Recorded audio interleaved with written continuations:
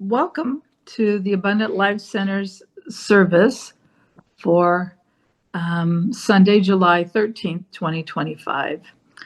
Today, Nada Starfield is going to share the topic with us. Are you one of the elect?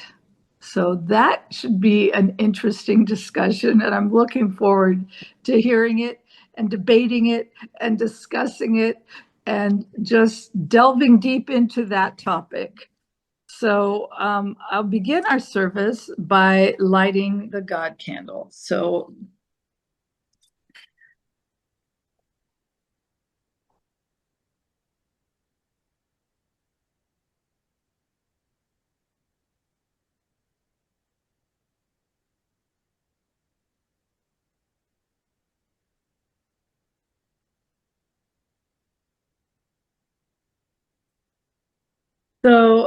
I light the God candle as the symbol of the one power in the universe called by many names. The name you choose to use for the divine is welcome. And we'll begin today with, since it's the first Sunday of the month, sharing our belief.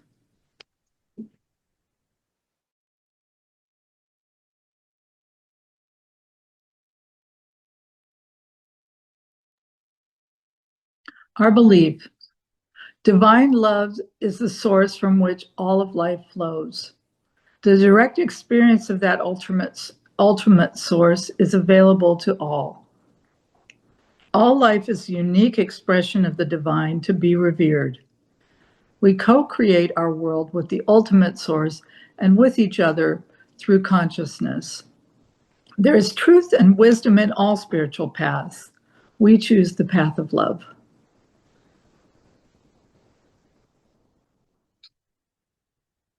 And our opening song will be Receiving Chant by Karen Drucker.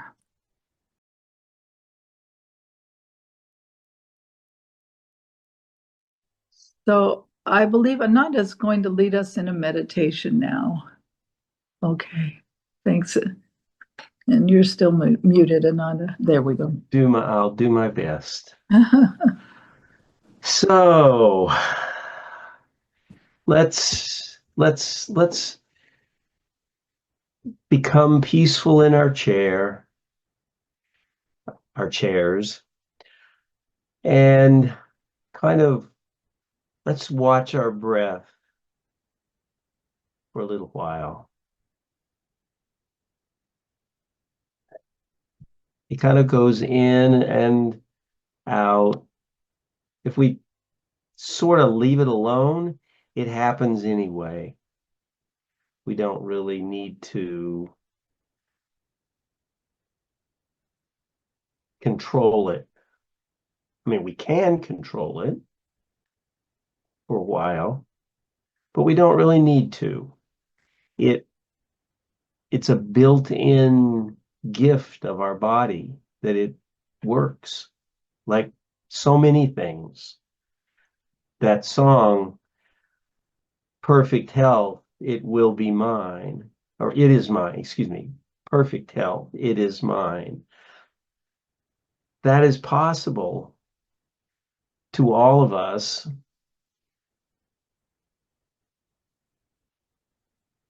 I know there are some that have health challenges that have lasted their whole lives, but let's just allow it to be possible for all of us because our bodies are so magnificently well designed and constructed.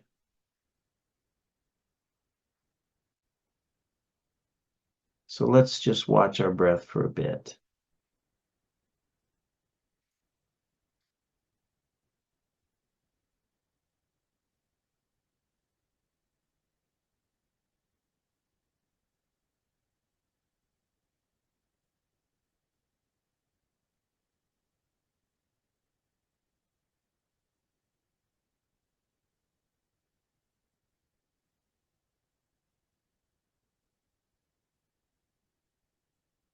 In that silence,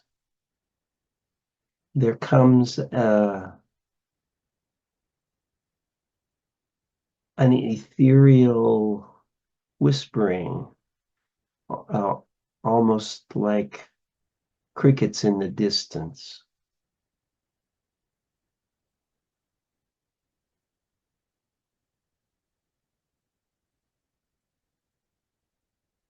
Lots of crickets because it not no individual cricket, but like the background.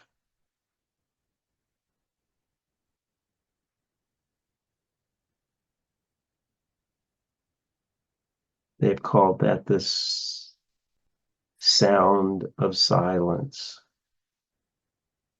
the humming of the spheres of the universe.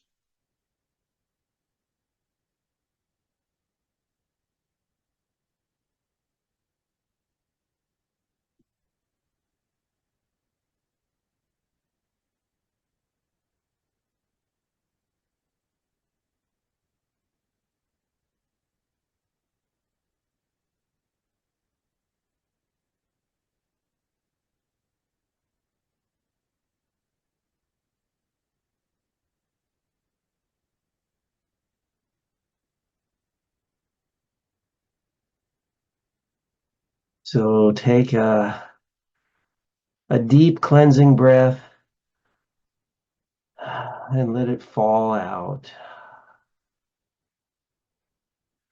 Another, and start to feel your feet, your rump in the chair, your hands, maybe give your fingers a little wiggle to bring them fully back, and open your eyes when you're ready.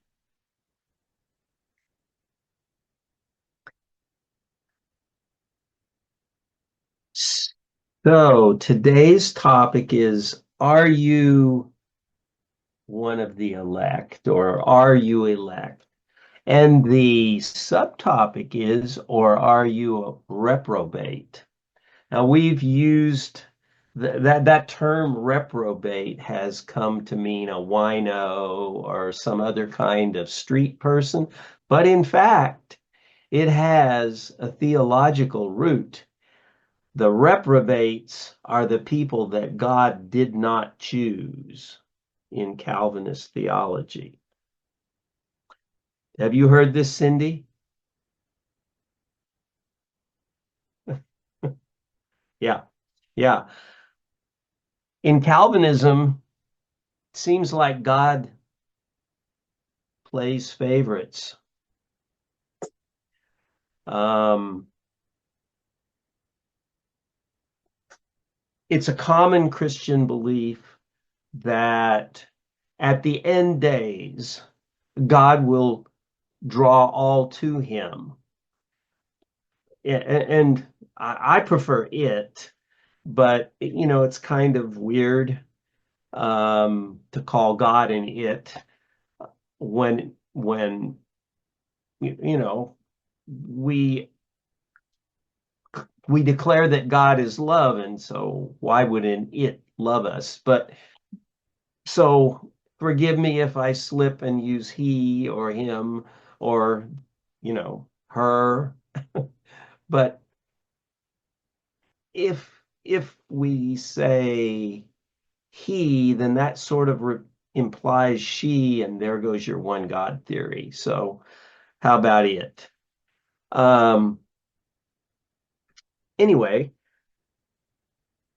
the Christian theology is that at the end of days, God will draw all beings to it, except those who have, chosen a life of sin, after they have been notified that, by a messenger of God, a disciple of Jesus Christ, that there is an alternative. You do not have to have sin if you profess the belief that Jesus is the Son of God, a special person who was sent to save us. I think we all know this. But the Calvinists go a second mile. They believe in what's called double predestination. That is, the world is predestined to become God's fully, but also along the way, expendable people have been created by God in order to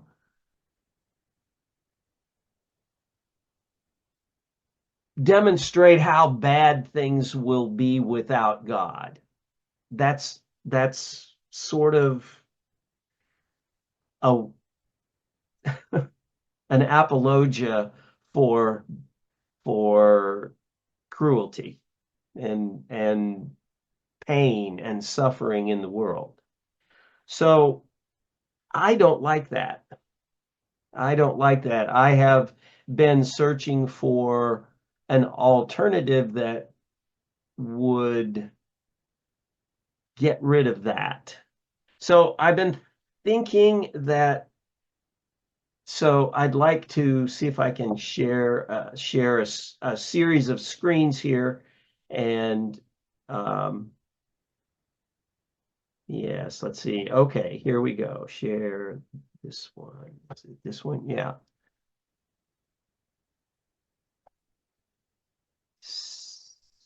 So what does it look like? Can you see a white piece of paper with "is God ... on it"? Okay. Oh, thank you, Eric. So I kind of have come to the conclusion that there are three consistent possible views of God. The first is what you would, well, I would like to go from simple to complex. The first is what people have called the watchmaker God, or I'm trying to get, the watchmaker God, which, is that right? Is that, Yeah, we oh, can see it. no, that's got two, doesn't it? Yes. I don't want two. I want one. Sorry. Okay. Well, I blew it. Okay. Never mind. Is God. So we have to ask ourselves, the deists believed in a watchmaker God. Franklin, Jefferson, the people that are many of the people who are renowned in the founding of our country at least claimed to be deists. And basically the belief is that God is a supernatural being who existed before the universe came into being and did create it through some special process that only God can do. God designed a set of consistent physical laws that meant that this creation would survive, it wouldn't fly apart or collapse. It would be a place for life to come about. And God did that and walked away. Or perhaps observes from a distance, but does not act within the bounds of its creation. It's an a priori force, and in today is not involved. The second is the biblical God, who actively created the world in much the same way as the watchmaker God, and actively inhabits that creation, making decisions about it, about the beings within it, and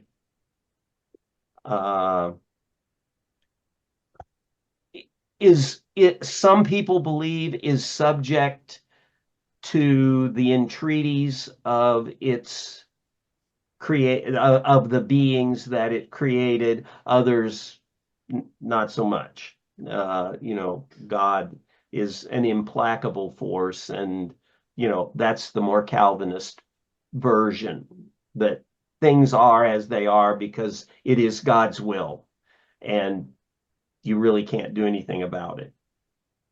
That's a pretty bleak world, I realize, but it's logically uh, consistent. Then I think there's a third alternative, which is, I call, is God missing? Is the materialist view that the universe came into being for a reason that we cannot understand and really doesn't matter,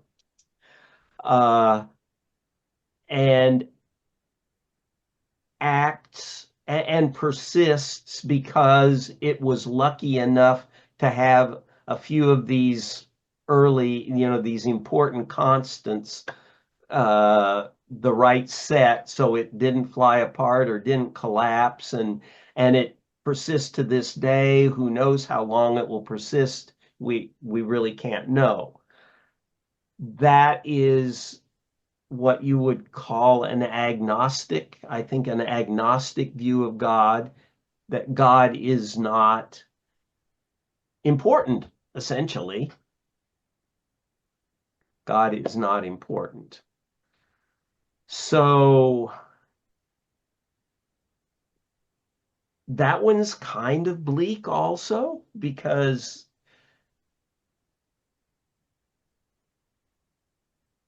we have, it like the God, where God is absolutely, God's will is absolutely determinate in all things, the version of God inhabiting the universe from the Calvinist perspective. And it's not just Calvinism. There are similar strains in Hinduism and Buddhism, and, not so much in Buddhism, but in other religions. Certainly Islam has very,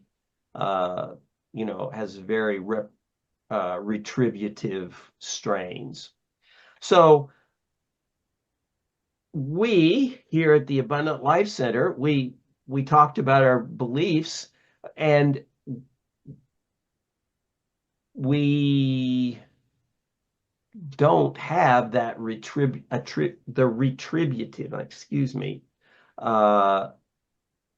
concept of God. God to us is a loving God, and for that reason, I think that perhaps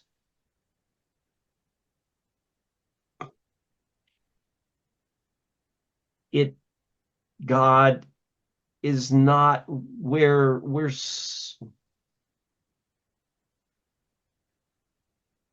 I guess I would ask how how do you think that works?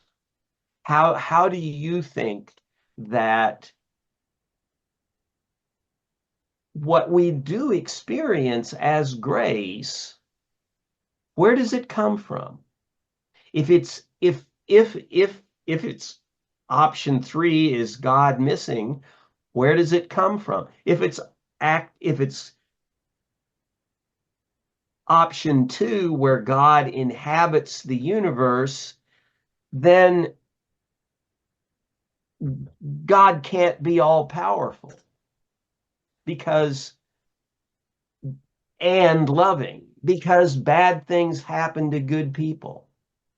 So how do we square that circle? How do we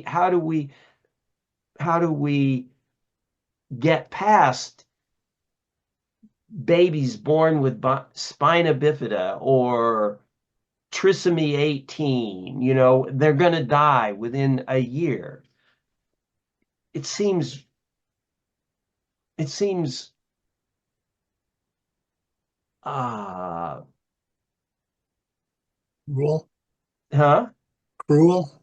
Yeah.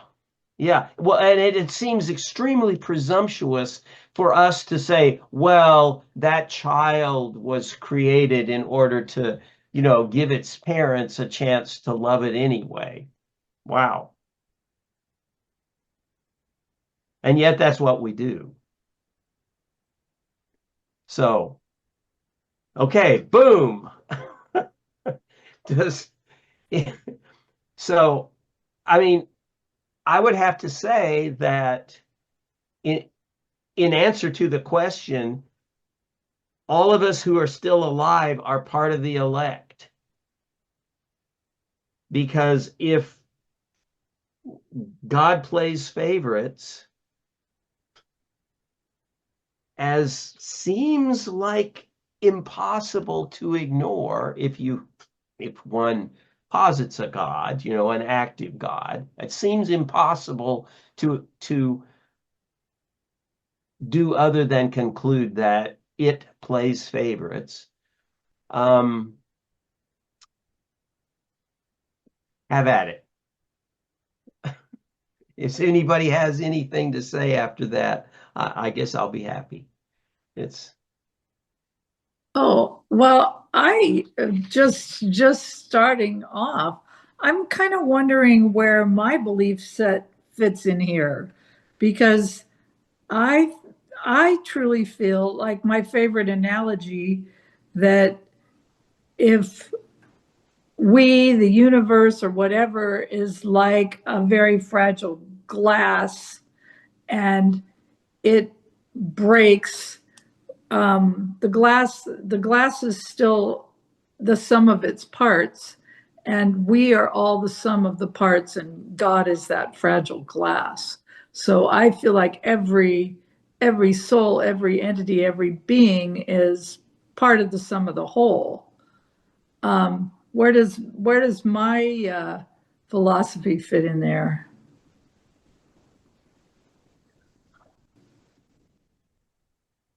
I can't hear you, Ananda. I don't.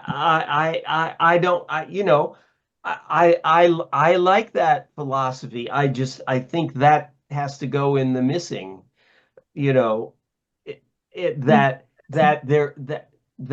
what we call God or spirit is in fact a collective thing that just arose out of life. Yeah, yeah. Well, that's Um, and it does work. You're right. It's like the way I agree with the way you see it. I guess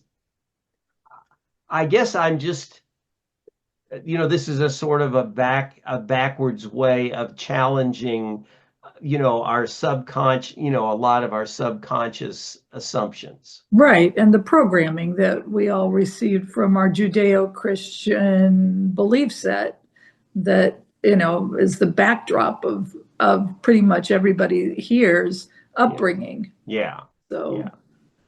uh, Straw man, whap, whap, whap. and another question I had Okay. with your categorizations of God, um, what does the watchmaker God do when the world comes to an end? I mean, I'm assuming in my philosophy, the world comes to an end when we all figure out how to make the glass whole again. But Um, what does the watchmaker God do when the world comes to an end? I I don't think I'm not sure that the deists had a a theology about that. It's a very good question. I don't know. Start I over, don't build a know. new one? Or maybe maybe if the watchmaker is actually a scientist, observing from a distance, maybe taking notes and saying, "Oh man, Yeah. whoa, there was a big mistake." And Yeah, that's how he's feeling kind of today. yeah, Oh boy, this experiment's going off the rails. off the rails. Yeah. Well, thank you. Well, that's really interesting because years and years ago, when I was thinking about this, I posited a theory that the whole thing was an experiment by a student. Just made this and see what would happen. A student God, huh? A learner. A learner. Why not? So, in the watchmaker category there, that one. Good for you for thinking of it that deeply. Thank you.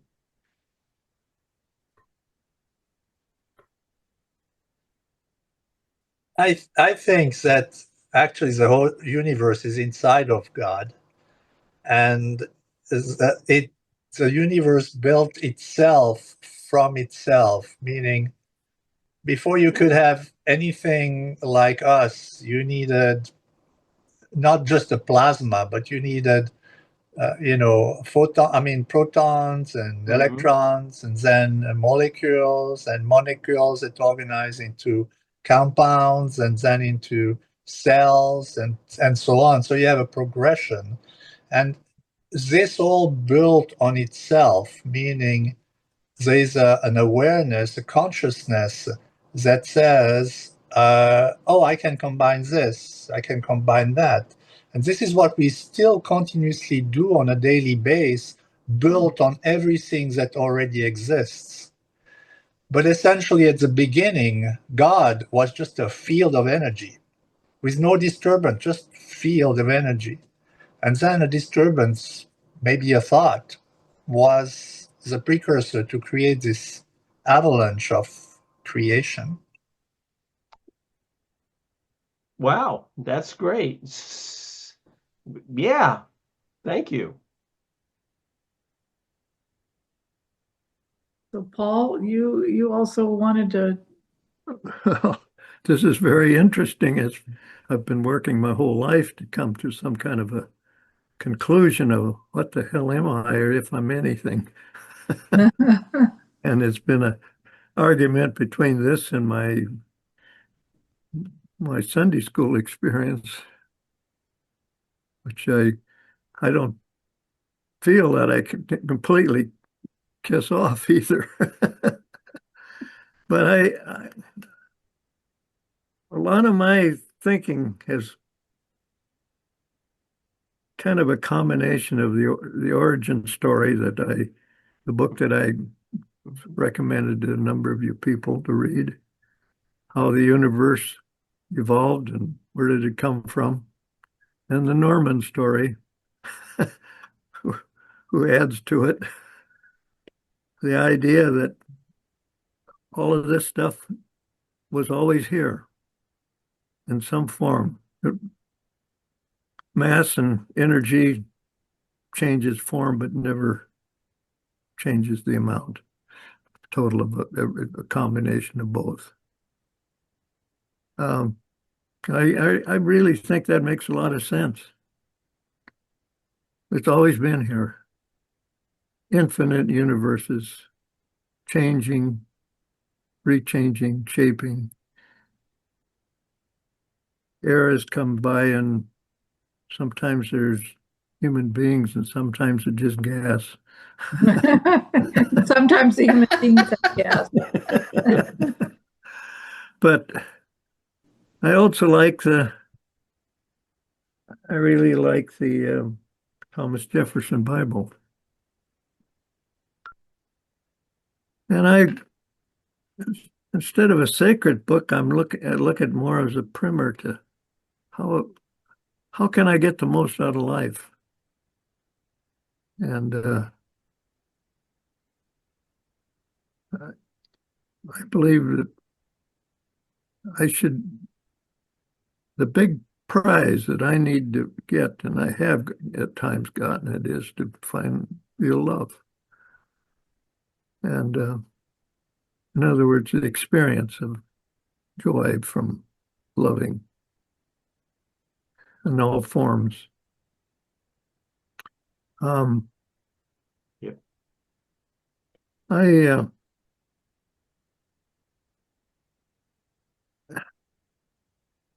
guess I really believe that.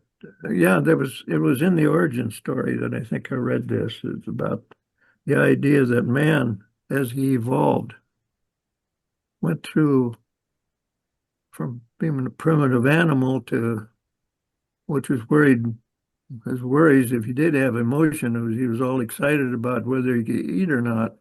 That was just to keep warm and survive. Survivalist thing in this.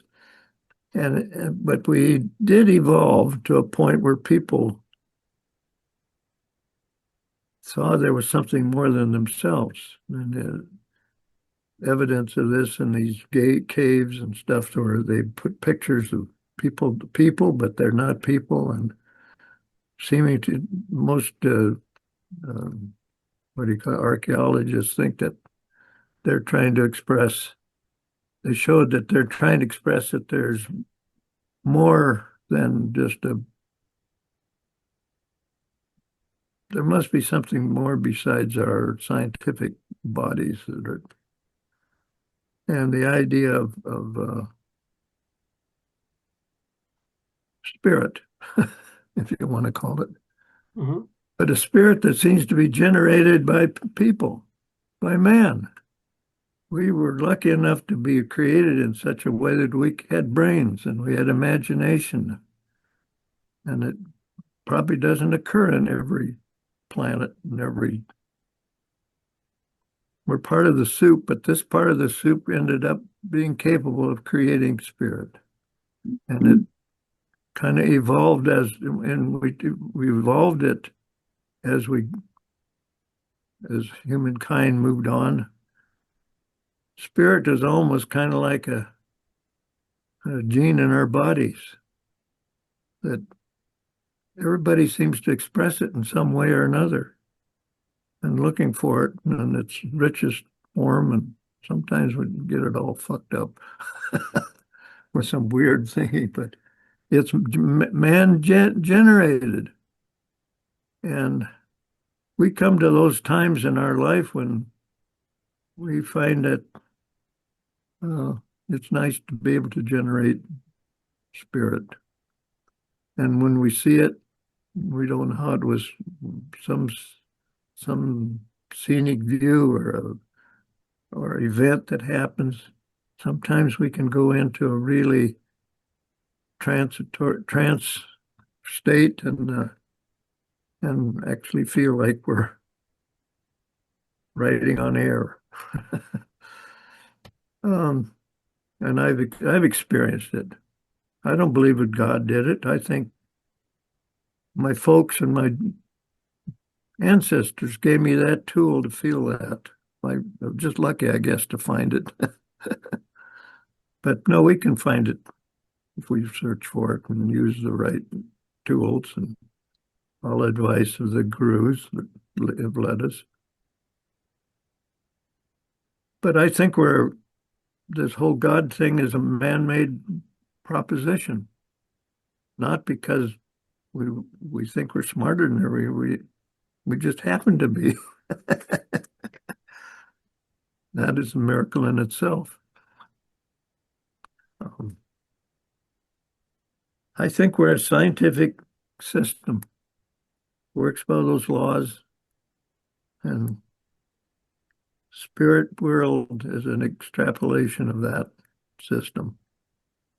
Man has somehow learned to capture that and grow this big glob up above to call a brain and have his imagination. And we have eyes. We've been given these, how many senses? I don't remember, but we've been given them, and we can sense spirit with it, those senses. And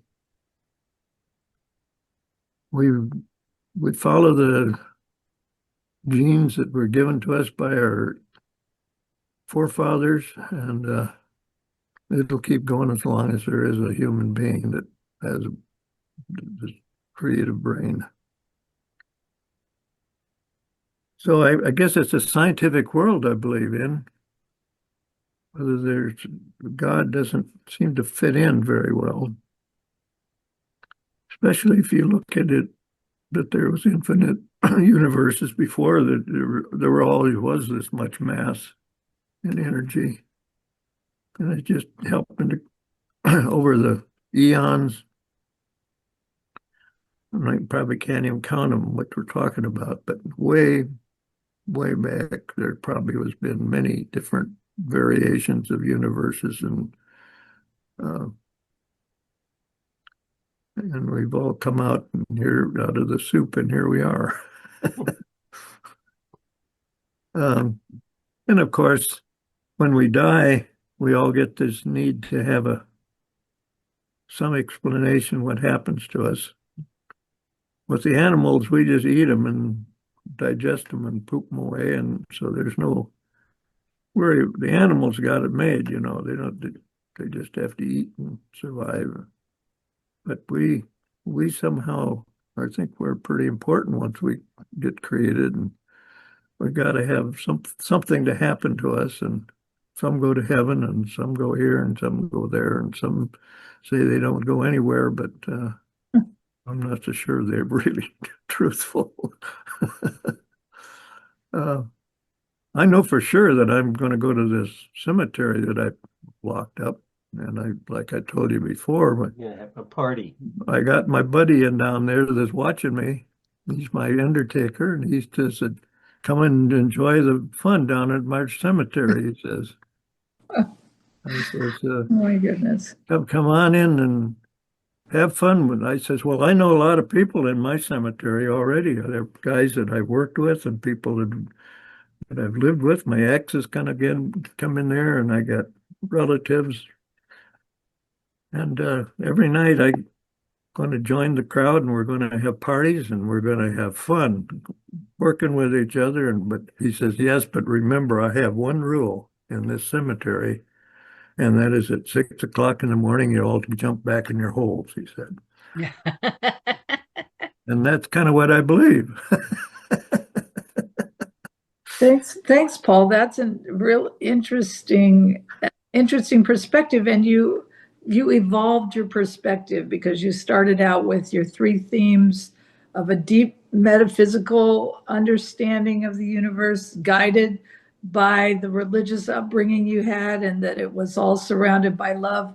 But in the end, you talked yourself into the fact that you're a scientific, that it's a scientific creation, and that's where you are. So it's we don't always get simple answers.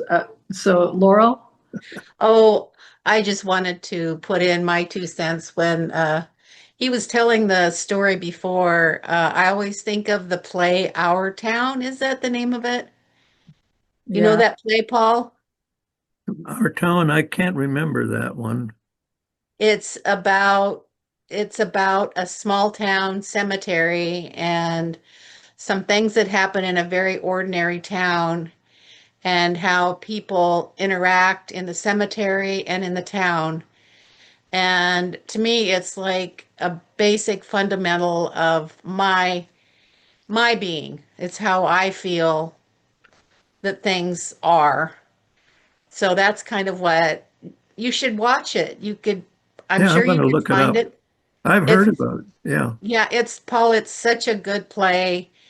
It's a book by Thornton Wilder, and the book is better than the play. Yeah. It's so touching and so much about human nature. I think that you should look it up I somehow, think either I'll go read down it to the or library and videotape. find it maybe. Yeah. Every high school probably puts that play on at least every 5 years. Yeah, it's very much about what you're talking about. It's very human and very touching. So I get what you're saying. But I don't think think we only can have this experience when we're created kind of like we are here on Earth. That there's probably more Earths that are created this way, but most of what's out there is just swirling mass. And So as Ananda said, that makes us God's chosen. It all rolls back around to being the chosen ones. well, But there's some parts. Yeah, it's kind of we need similar things to kind of hook onto.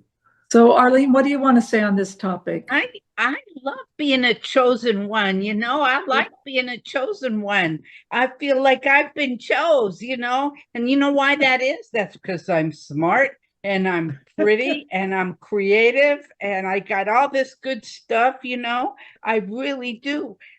My son and Jesse and I studied Native American spirituality, and we thought we knew everything because we'd been in and out of the sweat lodge, and we studied buffalo medicine and eagle medicine, and we had our shit together. You know what happens when you get all your shit together? You got a pretty big pile of shit, you know? And my son ended up meeting this young lady that he fell in love with from New Mexico, who is a Apache woman. And she's Apache because her mother met this Apache man and they got it on and they had an Apache baby.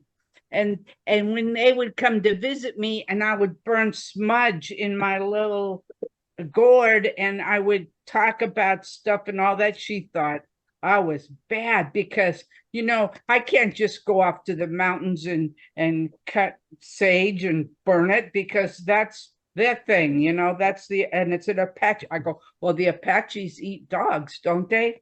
You know, so that was like my running story. And we've since found out after the fact that for Christmas time one year, she gave us all as all the relatives, some genetic stuff.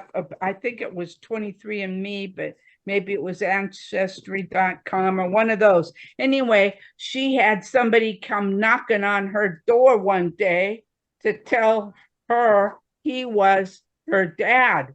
He wasn't any more Apache than the price of tea in China, you know?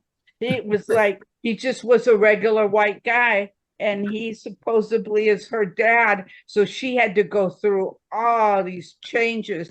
And in the middle of all of her changes, let me tell you what happened. She got bit by a tick, a deer tick. You know what a deer tick is? Carries Lyme disease. And she got this target. It makes a target looking bite on her arm. And it's this bitty bug, and it makes her really, really sick and really close to death. And she had to do this whole life and death learning thing, and she's still in bed sometimes and out of bed sometimes, and this has been going on for years. She's been really sick with Lyme disease caused by this little bitty bug. And I've been thinking about that bug a lot lately that bit her, this little bitty bug that has Lyme disease and can make somebody's life so miserable. And then whether or not she's an Apache woman doesn't really matter when you get bit by that bug, you know, it doesn't really matter. And all the sage that you can burn in the gourd and all of that isn't going to get rid of Lyme disease. Well, what does? Well, we don't know. So you got to go to the scientists and you got to go to the doctors and you got to try this and try that. And she has seen all these healing experts that tell her what to do for Lyme disease. And it's like what we do and how we do it and how we live has everything to do with how we feel we created. And you know, our DNA, when we all kind of came together. My daddy was born in Texas and didn't have a 5th grade education, but he could ride a bronc, you know, and he could do all this stuff. And he was meaner. I've seen him be really mean and really ornery and really contrary.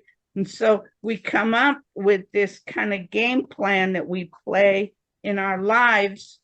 And we got to figure out what is reality and who am I in relation to that reality and God, and why am I here, and what am I supposed to do, and what I'm supposed to do have to do with what you're supposed to do. Oh, I'll be a teacher. I'll teach these little kids about what to do, you know? Well, what to do is you got to have fun. You got to play. You got to have good time. You got to love people. You got to hug. You got to get all the hugs that you need.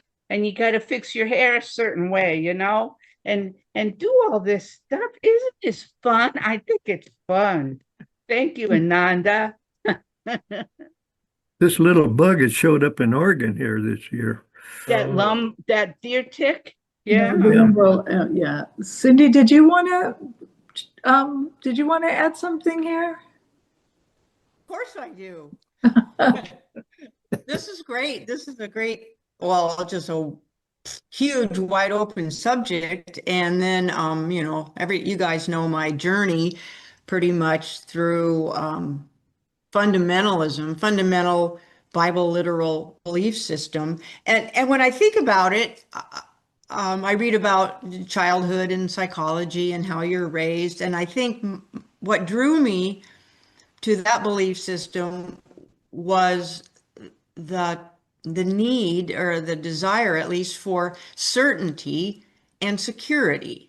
So when I joined the Jesus people, it was like an overnight decision. It was just bam, I'm going to go be with them when I met them, and I was just mesmerized. So and now I look back, and I have to be careful, because my tendency is to go, why did I do that? Why did I put 40 years into that belief? And then relatively quickly, it fell apart. And I think, what was I thinking? And let's see, where should I go from there? So my belief system now is so different, and I believe I was, and I tend to believe most people are drawn into their belief system by what I think several people mentioned, just our culture and our American and all that, where other cultures, they're drawn into Buddhism or Hinduism, or I guess anti-God communism, whatever. And but I think inside of me and other people was this need, like, I need a sure thing. I want a sure thing. I want to know what happens when I die. I want to know, in my world, it was very determined what pleases God. And so God was very real, very involved. I guess that would be number two. God was very involved in my life, and I could please him, and I could pray and change things. But then after a while, like, that's not really happening. And why do I get to be a white American with, well, what looks like to the whole world prosperity, and other people, random things happen to people? And so all that changes into, right now, I still feel like I'm in flux, and I tend to realize there really isn't a sure thing. And I have to, you know, it's kind of a confession. Even that song this morning, I claim, or this is mine, this is mine, this is mine, if it's for my highest and best good, which to me it sounds like God again. Who determined my highest and best good? It's very random to me now, and I'm a little cynical, so you have to put up with that. But I don't know now.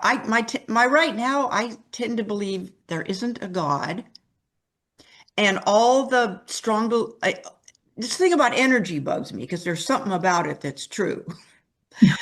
But my little stinking personal beliefs, eh, I don't know. And I don't, another a little wrench in the wheel is, how did it all start? I'm watching with John this series on dinosaurs and stuff, and it's weird how the AI can make the dinosaurs. They're just like, this really happened. And I know it did, because they got the skeletons and they're putting them together. And I kind of, like Paul said, you know,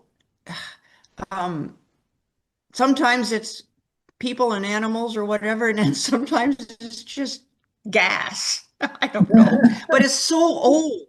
That was another thing about the biblical. The earth is 6,000 years old. Oh my gosh. Period. End of sentence. Yeah. Yeah. So anyway, that's my little, I'm learning that I think security and safety is an illusion. And you sort of like do the best you can in your world. Wow.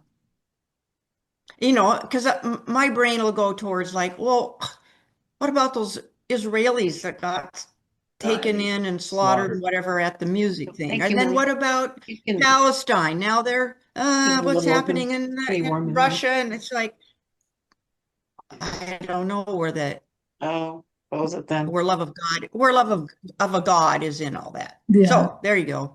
Cindy, I love your cognitive dissonance when it comes to the songs.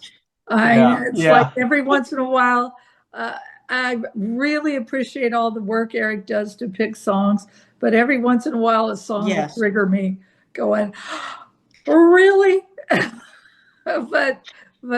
So I appreciate that. I'd like to make a comment, not on the song, but on the elect. Okay. In my understanding, is that you actually elect yourself to come into this world. It's not somebody who elects you. You do elect yourself. You are the energy of God. Okay.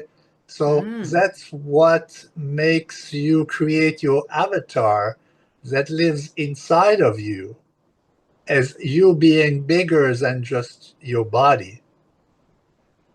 Okay, so you choose you. You always only choose you. There's no other. Yeah, so there's somebody at a big game console up in heaven Which watching. is you. Well, I want to, what you're saying is kind of the story of the Wizard of Oz. Here's Dorothy getting blown out into the with his house, and anybody would see that she's dead when she gets blown out there. But somehow she comes to another world, and she keeps searching for a way to get back to what she was. Remember, she wants to go home, and everything that she tries out is all fake. Fake. Everything's Yeah. fake. It turns out to be a dud whatever step she takes to get home. She even picks the wrong guide. The guide was Wizard of Oz that's going to do everything. And in the end, he tries to get her into this balloon, and he flies off in nowhere, and she misses the boat, so she can't use him to get out of there. But the good witch shows up, and after the she misses her ride on the balloon, and she says, "Dorothy, you can go home anytime you want," something like that. All you have to say is these simple words: "I want to go home." You're the one that has always had the ability to go home whenever you want. Yeah, we all have Kind of the, like we all get to share to choose our reality. Yeah, I could agree with that. When we choose our own reality, we create our own experience in our own reality. Yeah. yeah. Cheryl, is there anything you want to add to this discussion? So I guess because you're still muted, there's nothing. Okay. No, I'm good. Thank you. Okay. All right. Oh, well, Ananda, do you want to wrap up with any thoughts or any conclusions? Well, I really appreciate everybody's ideas. I really like Paul's thing about, about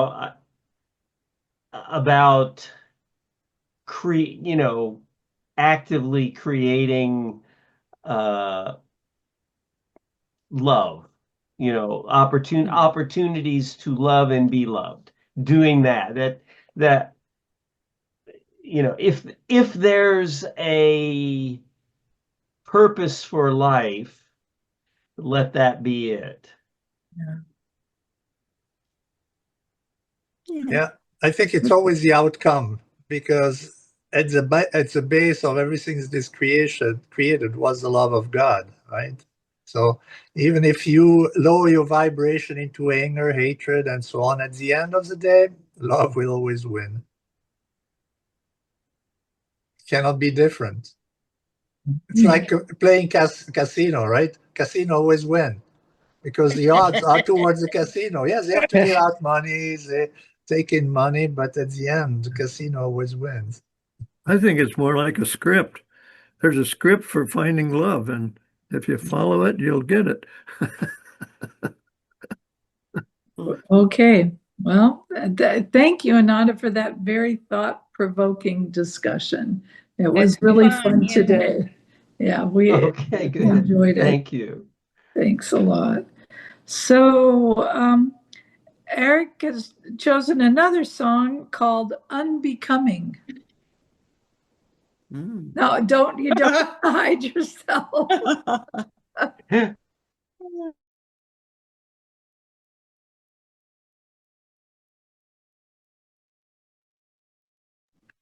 I like that song. Oh, I sure did too. That sure hit the point. No Absolutely. kidding. Yeah, it's like it knew what we'd been talking about all morning. So, 3 minutes. yeah. I So, forgot to write that play down you wanted me to read. Oh. What's the name of it? Our Town. Our Town. Okay. by Thornton Wilder. Oh, yeah. Okay. Whew, Okay, so what a great song. it was a really good song.